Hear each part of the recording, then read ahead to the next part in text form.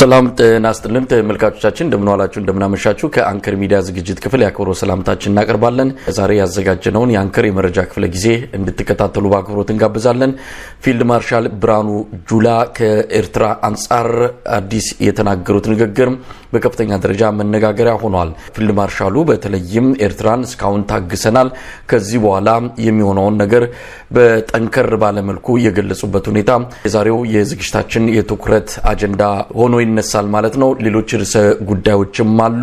የፊልድ ማርሻል ብርሃኑ ጁላ ለህዝብ ተወካዮች ምክር ቤት ቋሚ ኮሚቴ ያቀረቡት ንግግር በተለይ ከኤርትራ አንጻር ትንሽ ጠንከር ያለና ያለውን ትኩሳት የበለጠ የሚያጋግለው እንደሆነ ነው የሚጠበቀው። እሱን የምናነሳ ይሆናል። የኢትዮጵያ የሚቀጥለው አመት የ2018 በጀትን በተመለከተም እንደዚሁ አንዳንድ ነገሮች እየተነሱ ይገኛሉ። የአዲስ አበባ በጀት በዝርዝር ውስጥ አለመካተቱ፣ እንደዚሁም የጤና በጀት ካለፈው የበለጠ ያነሰበት ሁኔታ፣ ኢትዮጵያ ብድር የምትከፍለው ከበጀቷ 28% እንደሆነ መገለጹና ሌሎች ጉዳዮች እንደዚሁ መነጋገሪያ መሆናቸው አልቀረም። እነሱንም የምናነሳበት ይሆናል። ሰሞኑን አብይ አህመድ የተለያዩ የህብረተሰብ ክፍሎችን እያነጋገረ ይገኛል።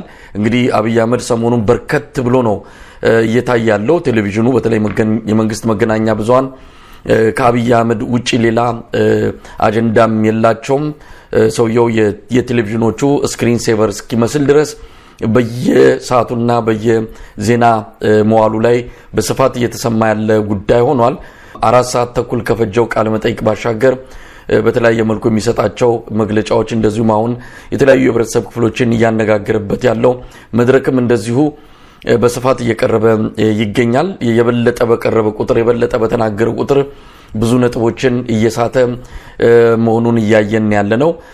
እሱንም በተወሰነ ደረጃ እናነሳለን። የኢትዮጵያ የጤና ባለሙያዎች ንቅናቄ ቦርድ በሚቀጥለው ሳምንት አብይ አህመድ በጠራው መድረክ ላይ እንደማይገኝ አስታውቋል።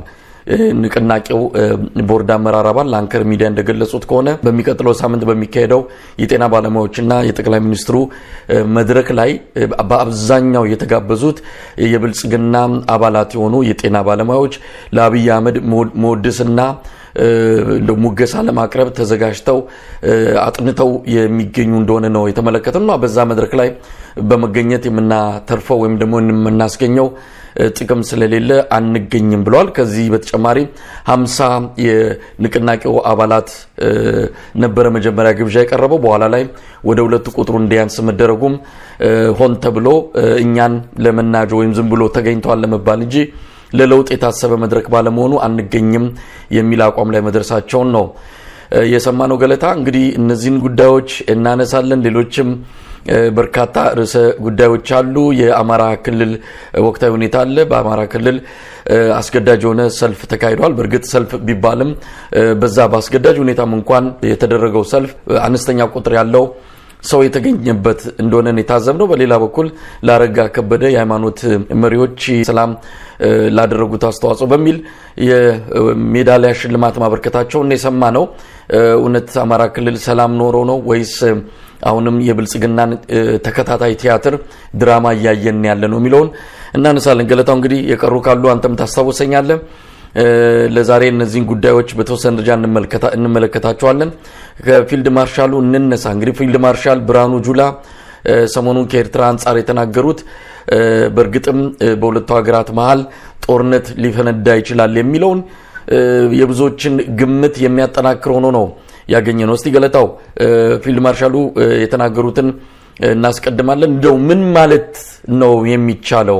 ስለዚህ የአብይ አህመድ አገዛዝ የሰላም ወይም ደግሞ በዲፕሎማሲያዊ መንገድ የባህር በር ማግኘት ሳይሆን በኃይልና በጉልበት ለማግኘት የሚያደርገውን ጥረት አሁንም ከጠረጴዛው ላይ እንዳለና ሊያደርገው እንደሚችል የሚያመላክት ነው ፊልድ ማርሻሉ የተናገሩት።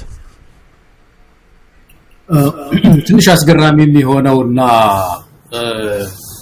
ህገወጥ የሚሆነው እንደዚህ አይነት ጉዳይ በመንግስት ውስጥ ሐሳብ ሊኖር ይችላል። ለምሳሌ ባህር በር አብረን መጠቀም አለብን ወዘተርፈ የሚል ዲስኩር፣ እንዲህ አይነት አቲቲዩድ፣ እንዲህ አይነት ዝንባሌ በመንግስት አካባቢ ሊኖር ይችላል። ግን በፓርላማ ጸድቆ ተወስኖ የፖለቲካ ውሳኔ ሆኖ የመንግስት አቋም ሲሆን የሚቀበሉ ተቋማት ይኖራሉ ትዕዛዝ የሚቀበሉ ተቋማት አንዱ ወታደር ነው እንግዲህ በተለይ ሚሊተሪ ሶሉሽን ሲያስፈልግ ሁኔታው በጣም አደገኛ ሁኔታ ላይ ሲደርስ የፖለቲካ መፍትሄ ሳይታጣ ሲቀር ለሚሊተሪው ትዕዛዝ ይሰጣል ሚሊተሪው ስታንድ ባይ ይሆናል ተጠንቀቅ ይባላል ከዛ በኋላ በተጠንቀቅ ስለማቆሙ ስለ ዝግጅቱ መግለጫ ሊሰጥ ይችላል አሁን እኮ የዚህ የፊልድ ማርሻሉ ንግግር ስታይ እኮ እንዳንድ ካቢኔ ውስጥ በዚህ ጉዳይ ሲያቦካ እንደቆየ አይነት ሰው እኮ ነው የምታየው ንግግሩ ይሄ መንግስትና ይሄ ሚሊተሪ የሚባለው ነገር እንዴት እንደተደበላለቀ የሚያሳይ ነው በጣም አሳፋሪ ነገር አሳፋሪ መግለጫ አሁን እሱ ጥሩ መስሎት ሊሆን ይችላል ግን በጣም አሳፋሪ ነው በጣም አሳፋሪ ነገር ነው የሚልከው መልእክት ራሱ የሚናገረው ነገር ደግሞ ያልታረሙ ናቸው ይሄ ነው የኢትዮጵያን የባህር በር የሚያጎናጽፋት ይሄ ነው በእውነት ከጎረቤት ሀገሮቻችን ጋር ጥሩ ግንኙነት ፈጥረን የኢትዮጵያ የባህር በር ጥያቄ እንዲፈታ የሚያደርገው ያካሄድ ነው ተመልከት አሁን ዛሬ ጅቡቲ መግለጫ ወጣች ሪፖርተር እንደዛ ዘግቧል ጅቡቲ ምንድነው ያለችው ኢትዮጵያ ወደብ መጠቀም የምትችለው የጎረቤቶቿን ህልውና ስታከብር ነው አለች ይሄ ስጋት ምንድነው ዛሬ ለራሴ ብዬ መስማት አለብኝ ወደዛ ያለው ዛቻን የጋም ነገ መምጣቱ አይቀርም ይዘውዬ ትላንት ሶማሌላንድን ከዛ ሶማሊያን ዛሬ ደግሞ ኤርትራ ላይ የዛተ ነው ምንም አይቀርልኝም እኮ ነው ጅቡቲ ከዚህ በፊት የተሰጡ መግለጫዎች የኤርትራን ህልውና የሚጋፉ ነበሩ ነው መከላከያ ሚኒስትሩም ሲናገሩ ፊልድ ማርሻሉም ሲናገሩ ያ ለኔ ማስፈርቶኛል ነው የሚለው ይሄ ለኢትዮጵያውያን አይጠቅምም እኛ ኢትዮጵያውያን በብሔራዊ ጥቅማችን ላይ አንለያይም መሳይ ብሔራዊ ጥቅሟ ኢትዮጵያ ተከብሮ እንዲኖር ኢትዮጵያ የባህር አክሰስ እንዲኖራት ከአብይ በላይ እንፈልጋለን እነሱ ይሄን አጀንዳ ሳያነሱት ወያኔዎች እና ያደግ ይሄንን ሳያነሳ ሲጮህ የነበረ ማህበረሰብ ዛሬ ይሄንን አካሄድ ያብይና አካሄድ የሚተቃወሙ ያለው በዚህ መንገድ አይደለም ኢትዮጵያ የባህር በር ባለቤት የምትሆነው በሰላም ነው በዲፕሎማሲ ነው እና የዚህ ሰው ንግግር በጣም ጠባጫሪ ነው እና ዋናው ዓላማ ግን በርግጥ ለኢትዮጵያ የባህር በር ለማጎናጸፍ ሳይሆን የውስጥ ግጭቶችን ወደ ውጭ ለመወርወር ነው ይሄንን ነው ኢትዮጵያን መንቃት ያለብን አሁን ሞቅ ሲል የደሞዝ ጥያቄ ተጋግሏል አሁን ሐኪሙ ወጥሮ ይዟል አለቀቃቸውም አስተማሪው ይቀጥላል ኑሮ ተንገብግቧል አሁን ባጀቱን በኋላ እንመጣበታለን ስናይ ካምናው ቀንሶ ነው የመጣው ከባለፈው አመታት በሙሉ ቀንሷል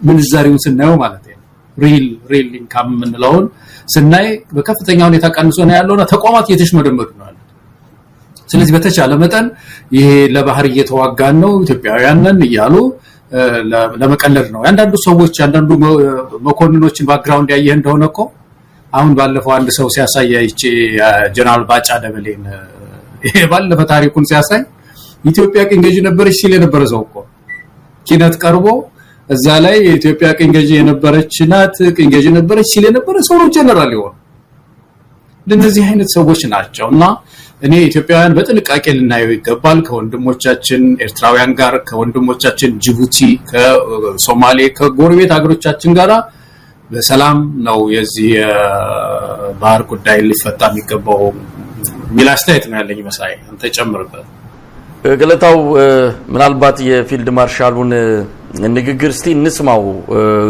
ተቆራርጦ ተከታትፎ የቀረበ ነው ሙሉውን እንግዲህ ከፓርላማ የቀረበውን ነገር ማግኘት የምንችል ይመስለኛል ነገር ግን እስቲ ተቆራርጦ የመጣውንም ቢሆን ምን ለማለት ነው የተፈለገው ምንድነው ያሉትስ ፊልድ ማርሻሉ የሚለውን በተወሰነ ደረጃ እንስማ ለመተባበር ብዙዎችን ጋብዘናል ኤርትራ ሳይቀር ጋብዘናል አብረን እንስራ ብለናል ባህር ለሁላችን ይሁን ብለናል የ20 አመት ፍጥጫ ይቁም ብሎ መንግስታችን የነበረውን ቁርሾ በመፍታት ወደ ልማት ወደ ኢንተግሬሽን ወደ ጋራ ተጠቃሚነት ወደ አብሮ መበልጸግ እንድንገባ ኤርትራን የሚጠቀሙ ጥቅም ካለ ከኢትዮጵያ እንዲጠቀሙ ኢትዮጵያም ከኤርትራ እንድትጠቀም በጣም ሰፊ ስራ ተለፍቷል በጣም ባልተለመደ መንገድ የኤርትራና የኢትዮጵያን ግንኙነት ለመፍታት መንግስታችን ረጅም ርቀት ሄደዋል ግን አልተሳካም አብረን እንጠቀም ነው እንጂ የባህር በር ይዤ እናንተን እንደፈለኩ ላርጋችሁ የሚል አስተሳሰብ ስላለ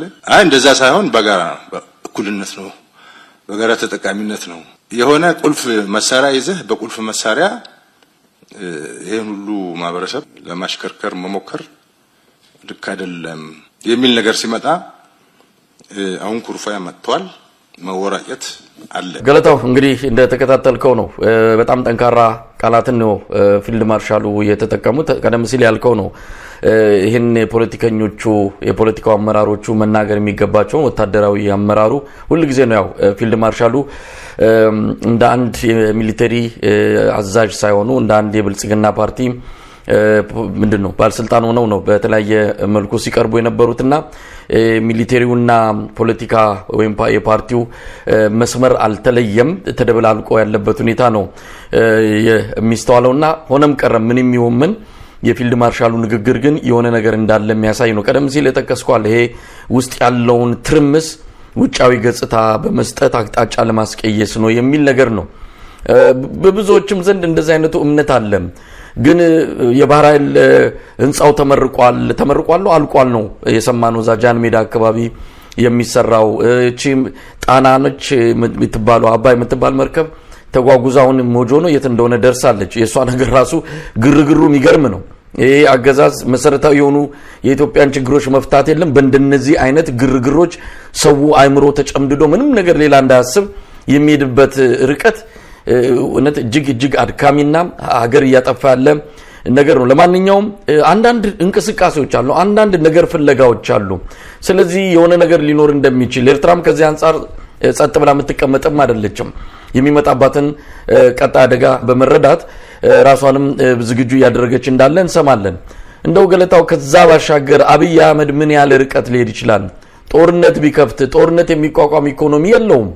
አጠገቡ ምናልባት ትንሽ ውርውር የሚሉ ሰዎች ካልሆነ በስተቀር አብዛኛው የኢትዮጵያ ሕዝብ ኢትዮጵያ ብሔራዊ ስጋት ከማንም በላይ አብይ አህመድ ነው። አብይ አህመድን ቤተ መንግስት አስቀምጠን እኛ የምንዋጋው ሌላ ጦርነት አይኖርም የሚል አቋም ላይ ሳይነጋገር የደረሰ እንደሆነ በብዙ መልኩ ማረጋገጫው አለ። ምን ሊያደርግ ነው? በእንደዚህ አይነት ኢኮኖሚ በእንደዚህ አይነት የህዝብ ድጋፍ ባጣበት ይህን ጦርነት እውነት ይገባበታል ብለህ ትጠብቃለህ? አንዳንድ ጊዜ የፖለቲካ ሰዎች እንደዚህ ይላሉ አይደለም? ማይተነበይ ይሆንና ማይጨበጥ እጅና እግር የሌለው ሆኖ ሲያዩት አንፕሬዲክቴብል ነው ይላሉና